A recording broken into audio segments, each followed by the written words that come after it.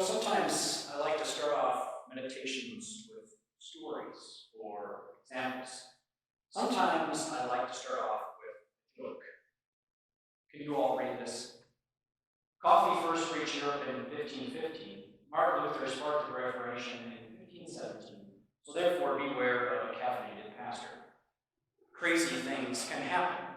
And I drank coffee today, so we'll see what becomes of this, right? But there are other times that I like to start with questions. And that's what we're going to do today. I think questions are great. They get our gears going in our mind, and we get a chance to hear with our words. I'm not sure I know that. Well, there you go. It took me a minute. It took me a minute. It's from Jeopardy, right? There you go. Dan's always there to fill it in. So one from Jeopardy, but questions get our minds going, and so we can apply things to our lives. George Washington University professor Michael Marquardt was pretty famous for published works in leadership, learning, marketing, and organizational change. Once had this to say: questions. They wake people up. They prompt new ideas, and they show people new places and new ways of doing things. And that's kind of what I hope we can use with these questions today and do. That they can prompt us to move beyond where we're at now. That they can make us think of things in a different way, new ideas, and ultimately for the glory of God. So the first question I want to start off with today is for you all, and myself. I've asked this in this last week as well. But at any point in your life, have you ever come to a point when you've been down and said, you know what, life is just meaningless? Pointless. I don't see a grand narrative. I don't see a grand theme. I'm just depressed. I don't think there is a reason, or you start to question what the reality is around you or what God has for you. Have you ever asked that in some way, shape, or form? Does life truly have meaning? Now, I know on our good days we would say, no, we never say that, but I'm guessing you, like me, and I'm admitting that, have been pretty down at some points in my life. I said, you know what? I don't really know if this is worth it. I don't really know what I'm doing makes any difference at all. Where's the point? Where's the purpose? But there's another follow-up question to that, is how you live your life, what you say, what you do, what you think. Does it really make a difference? Does it make a difference? I'm guessing the answer to that second question will be from what you answer to the first question. Does life have meaning? First and foremost, there are two answers, yes and no. That's really about what you can come down to, right? So here's how I thought of it this last week. If you answered no, you are now in this category over here, and chances are that's going to probably mean you don't believe in some sort of supernatural power. You don't believe in God. You don't believe in an overarching narrative of life because you don't think there's any meaning to it. So chances are, because of that, you are also going to take a step and say, you know what, it doesn't really matter how I live my life. I mean, I'm saying that there might be some people that act well and live good lives, but chances are you're going to end up in that category where it doesn't really matter because you don't really think anything has meaning or purpose. But if you answer yes, life has meaning, then you have two choices.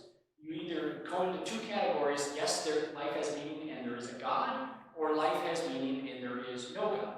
Because I still think you can believe that life has some sort of purpose and meaning without believing in God.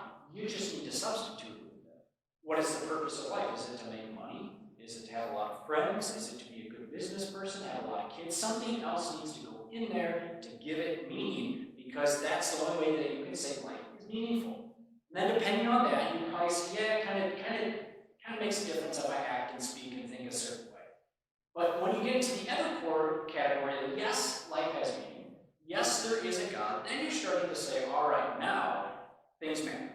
Things matter: how I treat my neighbor, how I treat my spouse, what I say, what I think, what I do with my time, because you think life has meaning and there's a God that's in control. Now, towards the end of the meditation today, I think you can subcategorize that 2 more times, but we'll get to that in a little bit. So life, meaning, purpose, and how you act. It's a struggle, is it not? Life is not completely black and white. There is a lot of gray. Things don't always make sense. And therefore, you and I are on what I like to think of as a roller coaster. Roller coasters go up and down, and they spin around, and sometimes you're at the top and you're about to go down, and you're like, this is awesome! My life is great, everything makes sense, I can see everything from up here.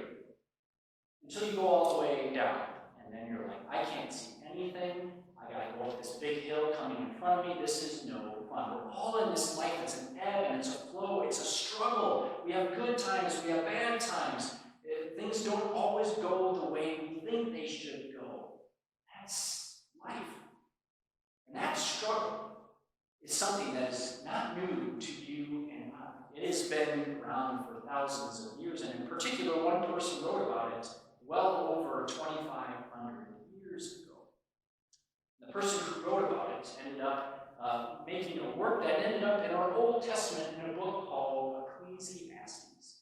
Now, I don't know how many of you have read that book before. It's easy to miss. You finish Proverbs, you finish the really, really long book of Psalms, you finish Proverbs, and then Ecclesiastes is what, like 4 or 5 pages, boom, and then you're done. The other day I was looking for it, and I skipped right by it like 3 times because it just doesn't take up that many pages, and then it's over with. 12 very short chapters. But Ecclesiastes is a wonderfully crafted book, and it shares that struggle that I think you and I have today, and I hope we can see that from what we're going to talk about today. So let's get into a little bit of the world and what Ecclesiastes is to begin with. So we have to first understand what kind of book it is, and I'm hoping this helps give you an introduction. For those of you that are doing Immerse, you're going to be reading Ecclesiastes in about a week if I looked at the calendar right. And even if you're not, this is a good introduction nonetheless. So Ecclesiastes falls into categories. Actually, before I show this, I should probably take a step back. The Old Testament is broken up into 3 major categories of types of books. One, you have law. You have Torah. You have the Pentateuch, the first 5 books of the Bible: Genesis, Exodus, Leviticus, Numbers, and Deuteronomy. This is the law, the instruction that God gives to his people. Then you have what would be the prophets, the Nevi'im in Hebrew. These include the former prophets and historical books like Judges and Samuel and Kings. Then you have the latter prophets, Isaiah, Jeremiah, Ezekiel. Then you have the minor prophets. And they're not minor because they're insignificant. They're minor because they are short. So these include all those little ones at the back of your Old Testament: Hosea, Joel, Amos, Obadiah, Jonah, Micah, Nahum, Habakkuk, Zephaniah, Haggai, Zechariah, and Malachi. So you have the law, you have your prophets, and then you have the Ketuvim, or the writings. This includes Chronicles, Ezra, Nehemiah, Job, Esther, Psalms, Proverbs, Ecclesiastes, Song of Solomon, Lamentations, and Daniel. So I want to set that up first, but then what I'm going to say is when you read your English Bibles that you and I read most often, you can break it down into actually a 4th category.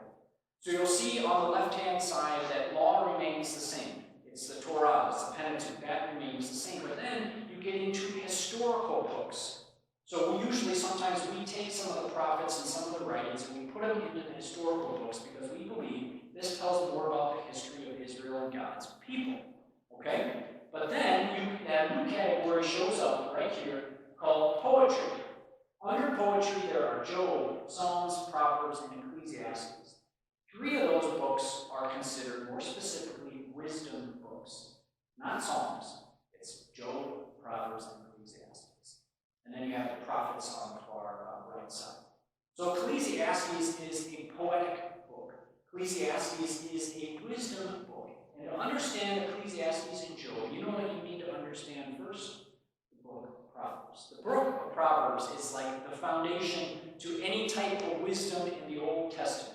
It gives you the foundation of everything that's going to be built off that you come on. The beginning of Proverbs, the author says, the fear of the Lord is the beginning of wisdom. And then throughout the whole book, he reiterates that when we get sayings about what the wise do and how they act and how they live their life, versus the foolish, how they act, how they live their life.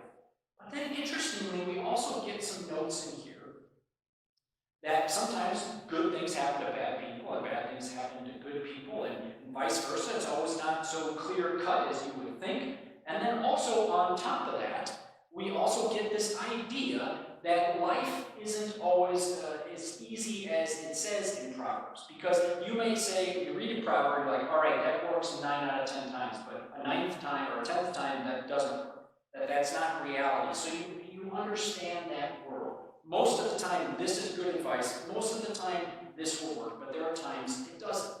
And if you can understand those things about Proverbs, it helps you to understand the struggles in Ecclesiastes. Helps you understand that things aren't always black and white and clear and easy to distinguish. Life is a struggle. Life doesn't always go your way. Even though you're a Christian, even though you're godly, even though you're righteous, it doesn't always go that way. So that's where we kind of fit Ecclesiastes into. Now, what about the name? Have you ever thought about what in the world, where did we get Ecclesiastes? What does that word mean? If you actually go to the dictionary or online and type in Ecclesiastes, it won't even really give you a definition of what that word means. It will just say, it's a book of the Old Testament. So what does Ecclesiastes really mean? Well, there's a main character in Ecclesiastes called the teacher or the preacher, or you could even translate it the assembler of something. So this is somebody who has a lot of wisdom, somebody who was in front of assembly of people, teaching them wisdom. That's why you could also call him a preacher. But the Greek translation of that word is something that sounds a lot like Ecclesiastes when it's translated, and that's kind of where you get the name of the book. So that would be from the Septuagint, the Greek translation of the Old Testament. So that's that. Now, who wrote Ecclesiastes? That's the next question before we jump into what we want to talk about today. Who wrote it? Pretty much two options. Solomon, and we get this from chapter 1 because it says the son of David, the king of Jerusalem, or the king in Jerusalem. So you're like, who's the son of David who was the king? It's Solomon.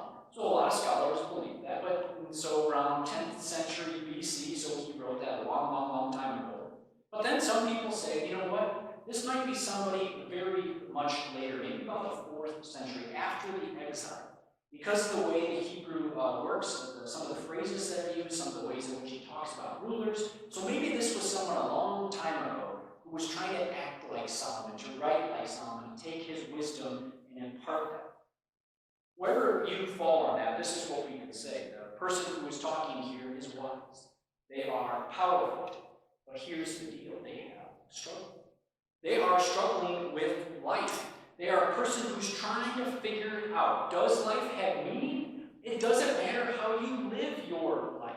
So my friends, if you've ever asked those questions, this is a great book to wrestle with. Because there's some times you're going to read through and be like, amen, that's exactly where I'm at. And then other times you're going to say, maybe I'm not there, but I can understand that a little bit. So what we want to do is just take a small portion of time and give you a little bit of an overview of Ecclesiastes. And then we're going to end with the last couple of verses, because that kind of sums up our point today. So the very first thing that he says, pretty much at the beginning of the book, after he says who he is, the writer who's writing it, he says, meaningless. Meaningless, utterly meaningless. Everything is meaningless. Now, depending on the Bible that you are reading from, you might also see the word vanity. Vanity of vanities. That's another way to translate it. And here's another one. I looked it up in a Hebrew lexicon I have. Another way to translate that word, this is great.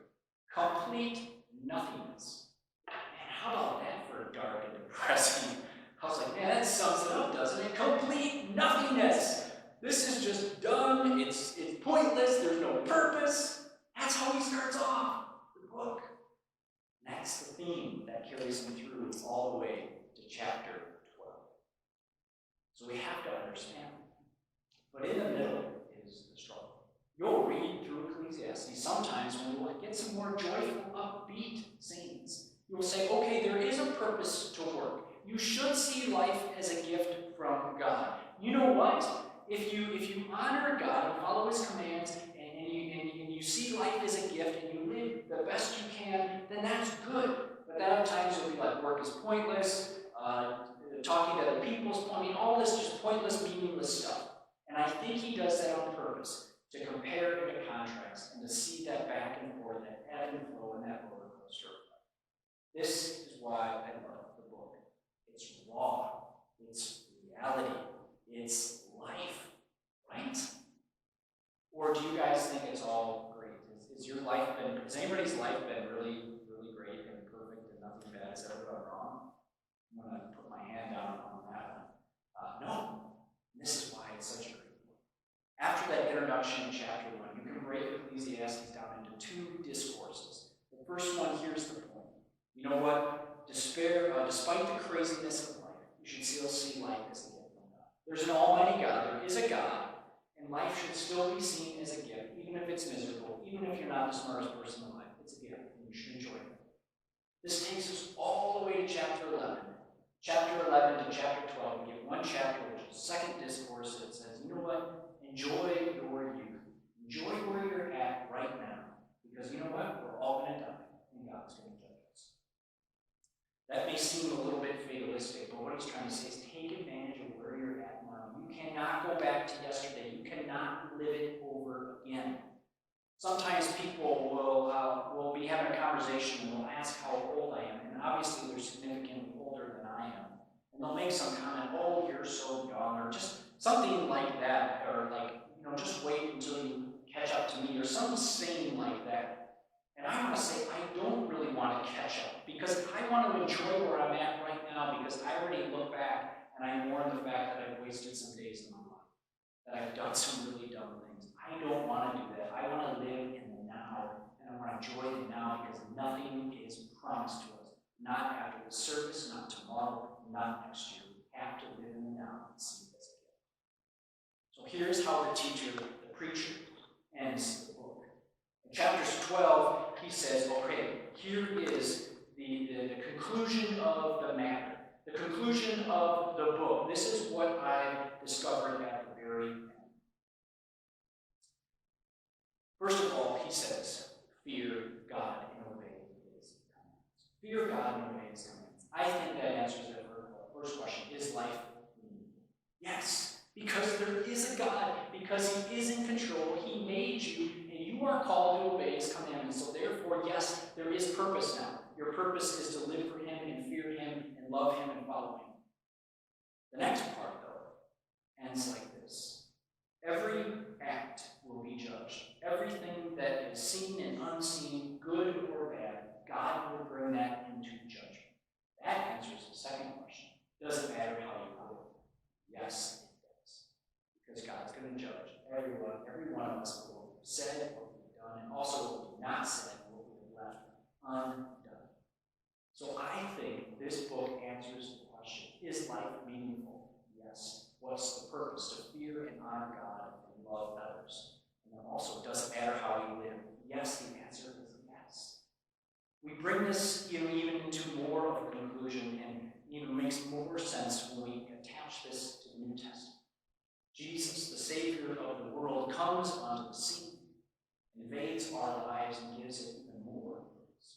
You remember at the beginning when I said you could break down the categories, and over here I said, yes, you say there's a God, but then some people say, yes, there's a God, it's meaningful, or no, there's no God, it's not meaningful. But even saying there's a God, here's the thing, you can break it down to 2 more categories. You say, yes, there is a God, but there's 2 choices, or 2 ways you can go even after this. One, I believe there is a God, and he made me, he made the earth, but you know what, he's sitting in a corner somewhere playing solitaire by himself. He doesn't really care what's going on in this world. That makes it a little harder to see the purpose of life. But if God steps into our world, steps into our time, has a personal relationship with us that is ultimately fulfilled in Jesus Christ, he sends his own Son to be like us, to die for us, then that shows a God who is desperately wanting a relationship with you, who desperately loves you, who desperately cares about his creation. And therefore, if God went to that extent, and he showed us the ultimate way in Jesus Christ, then for us who follow him, that is our purpose. That is our meaning, no matter where we're at. Even in the midst of COVID, even in the midst of sickness or tragedy or whatever is going on, we still have hope. We still have purpose. We still have meaning because of who God is. The God who loves, the God who acts, the God who invaded our reality and our world to save us and give us hope. This next week, spend some time reading through this book. I think you're going to enjoy it. Take the information that you heard today and approach that book again. Maybe read it from cover to cover. Believe me, it will not take that long. Really get into that struggle. See where it's at, but realize that at the end, you know what? Despite all the craziness of life, God's still on his throne. He's still in control. We are called to fear him, to follow him, and to remember that everything we say and do and think matters. So when we leave this place today, let us remember that, so the world may see that everything we say and do and think matters, to the glory of God. It's in Jesus' name that we ask this.